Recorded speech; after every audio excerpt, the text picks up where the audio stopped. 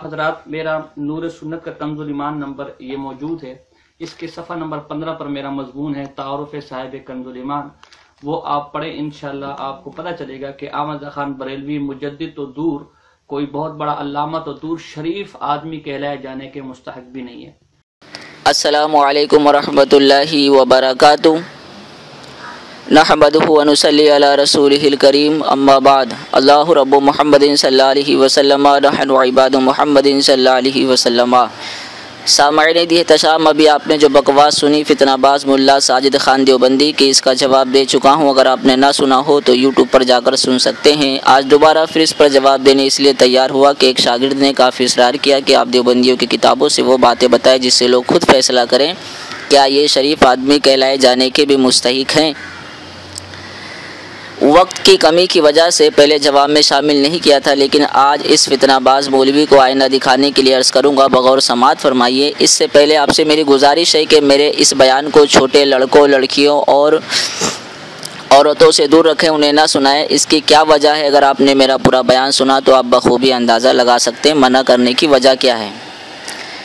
सबसे पहले मलफूज़ात हकीमुल उम्मत से कुछ बातें अर्ज़ करूँगा, इसके बाद दूसरी किताबों से। लीजिए पहला धमाका, ये है मलफूज़ात हकीमुल उम्मत। इस किताब के ताल्लुक़ से कहा गया है कि इनके मज़ामीन कुरान व हदीस, फ़िक़्ह व तसव्वुफ़ के उसूल के मुताबिक हैं। इसीलिए 60-70 साल का अरसा गुज़र गया है, हमेशा उलमा ने इन पर एतमाद किया। और ये भी लिखा है कि अशरफ अली थानवी ने ख़ुद लफ्ज़ ब लफ्ज़ इनका मुताला फ़रमाने और इस्लाह व तरमीम के बाद इनके इशाअत की इजाज़त दी। मलफूज़ात हकीमुल उम्मत इनके नज़दीक क्या है बता दिया हूँ। अब पढ़िए, यही मलफूज़ात हकीमुल उम्मत का सफ़ा नंबर 212। लिखा है कि मामू साहब हैदराबाद से कानपुर पहली बार तशरीफ़ लाए। इनकी बातों से लोग बहुत मुतासिर हुए। अब्दुर्रहमान खान साहब ने अर्ज़ किया कि हज़रत वाज़ फरमाइए। मामू साहब ने इसका अजीब जवाब दिया, मैं और वाज़। लेकिन जब ज़्यादा इसरार किया तो कहा कि हाँ, एक तरह कह सकता हूँ, इसका इंतज़ाम कर दीजिए। अब ये सुनकर बहुत इश्तियाक के साथ पूछा कि हज़रत वो तरीक़े ख़ास क्या है।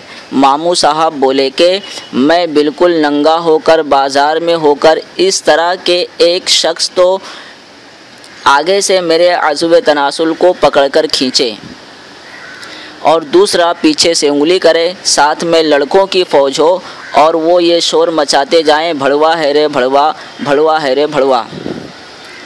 सामईन दिए तशाम, आप बताइए ये कितने बड़े शरीफ आदमी कहलाए जाने के मुस्तहिक हैं, या ये वाकई अपनी चोरी छुपाने के लिए चोर चोर चिल्लाते हैं।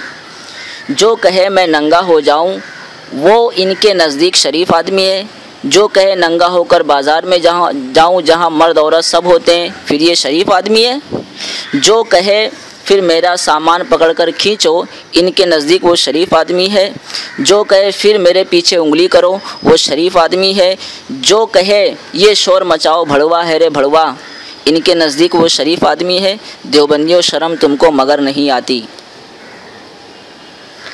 अपने तो अपने गैरों ने भी आला हज़रत के इल्म व फ़ज़्ल, तक़वा व तहारत का लोहा माना, उसको ये बदबख्त मौलवी साजिद खान देवबंदी कहता शरीफ आदमी कहलाए जाने के भी मुस्तहिक नहीं हैं। नजदियों में शर्म का कुछ भी असर नहीं है, एतराज़ गैरों पे अपनी खबर नहीं। और सुनिए, मलफूज़ात हकीमुल उम्मत जिल्द नंबर 4 सफ़ा नंबर 262। लिखा है कि फरमाया, मैं एक रोज़ पेशाब कर रहा था, भाई साहब ने आकर मेरे सर पर पेशाब करना शुरू कर दिया। एक रोज़ ऐसा कि भाई पेशाब कर रहे हैं, मैं उनके सर पर पेशाब करना शुरू कर दिया। बताइए, मौलवी अशरफ अली थानवी अपने भाई के सर पर पेशाब करें तो इनके नज़दीक वो शरीफ आदमी हैं। शर्म तुमको मगर नहीं आती। ये वही अशरफ अली थानवी जी हैं जिनकी सारी उम्र जो है मुफ्त खोरी में कटी है। अगर इस पर किसी देवबंदी ने एतराज़ किया तो इसका मुंह तोड़ जवाब दूंगा। अगर हिम्मत है तो सामने आओ। अब थानवी जी की और सुनिए, ये है मलफूज़ात हकीमुल उम्मत जिल्द दुआम सफ़हा नंबर 31। लिखा है कि फरमाया कि एक शख्स ने मुझसे शिकायत की कि ज़िक्र में जो मज़ा पहले आता था अब नहीं आता। मैंने कहा, मियाँ मज़ा तो मज़ी में होता है, यहाँ का मज़ा ढूंढते फिरते हो।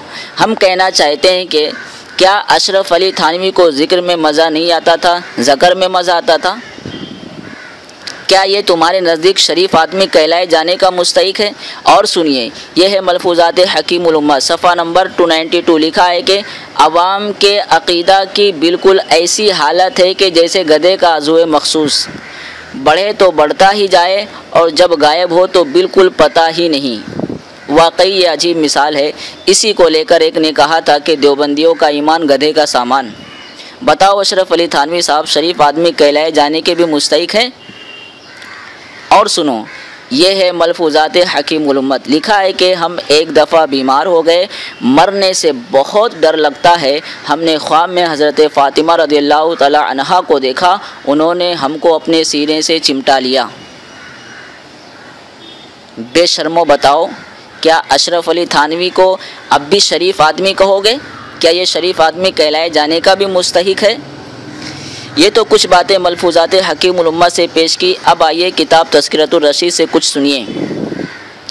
सफ़ा नंबर 289 ने लिखा है कि एक बार ख्वाब देखा था कि मौलवी कासिम साहिब उरूस की सूरत में हैं और मेरा उनसे निकाह हुआ। सो जिस तरह मियाँ बीवी को एक दूसरे से फ़ायदा पहुँचता है, इसी तरह मुझे इनसे और इन्हें मुझसे फ़ायदा पहुँचा। आप बखूबी समझ गए होंगे कि दोनों ने मिलकर क्या धमाल किया होगा निकाह के बाद। अब बात आ गई तो गंगोई और नानोतवी की एक और लव स्टोरी सुन लीजिए। अब यह है अरवाह सलासा। इसमें लिखा है कि एक दफ़ा गंगोह की खानकाह में मजमा था। हज़रत गंगोही और हज़रत नानोतवी के मुरीद और शागिर्द सब जमा थे और ये दोनों हज़रात भी वहीं मजमा में तशरीफ़ फरमा थे कि हज़रत गंगोही हज़रत नानोतवी से मोहब्बत आमेज़ लहजा में फ़रमाया कि यहाँ ज़रा लेट जाओ। सुनते जाइए अब। कहते हैं यहाँ ज़रा लेट जाओ। हज़रत नानोतवी कुछ शर्मा से गए, मगर हज़रत ने फिर फरमाया तो मौलाना बहुत अदब के साथ चित लेट गए। हज़रत भी उसी चारपाई पर लेट गए। अब ये भी उसी चारपाई पर लेट गए जिस पर नानोतवी साहब लेटे थे। हज़रत भी उसी चारपाई पर लेट गए और मौलाना की तरफ को करवट लेकर अपना हाथ उनके सीने पर रख दिया, जैसे कोई आशिक सादिक अपने कल्ब को तस्कीन दिया करता है। मौलाना हर चंद फरमाते हैं कि मियाँ क्या कर रहे हो, लोग क्या कहेंगे? हज़रत ने फरमाया कि लोग कहेंगे तो कहने दो। हम कहते हैं आखिर नानोतवी ने ऐसा क्यों कहा? बताएं, ऐसा क्यों कहा कि मियाँ क्या कर रहे हो, लोग क्या कहेंगे? ऐसा क्या किया था इसने? इसका जवाब चाहिए। बताओ मौलवी साजिद खान देवबंदी लानती, क्या ये दोनों शरीफ आदमी कहलाए जाने के भी मुस्तहिक है? नोके खंजर की इबारत पढ़िए तो सही, खून के धब्बे बताएंगे कातिल कौन है। अब यहीं पर अपनी गुफ्तगू को ख़त्म करता हूँ। ज़िंदगी सलामत रही तो इसके बाद भी बताऊँगा। अभी बहुत मवाद है हमारे पास, बहुत सारे हवाले हैं हमारे पास, हम पेश कर सकते हैं इंशाअल्लाह और पेश करेंगे अल्लाह तबारक व तआला की दी हुई तौफीक से। अब आप ख़ुद फैसला करें, क्या ये लोग शरीफ आदमी कहलाए जाने के भी मुस्तहिक है? देवबंदियों भोंकना बंद कर दो, वरना जब सरे महशर वो पूछेंगे बुला के सामने, क्या जवाब जुर्म दोगे तुम खुदा के सामने? अस्सलामु अलैकुम व रहमतुल्लाहि व बरकातुहू।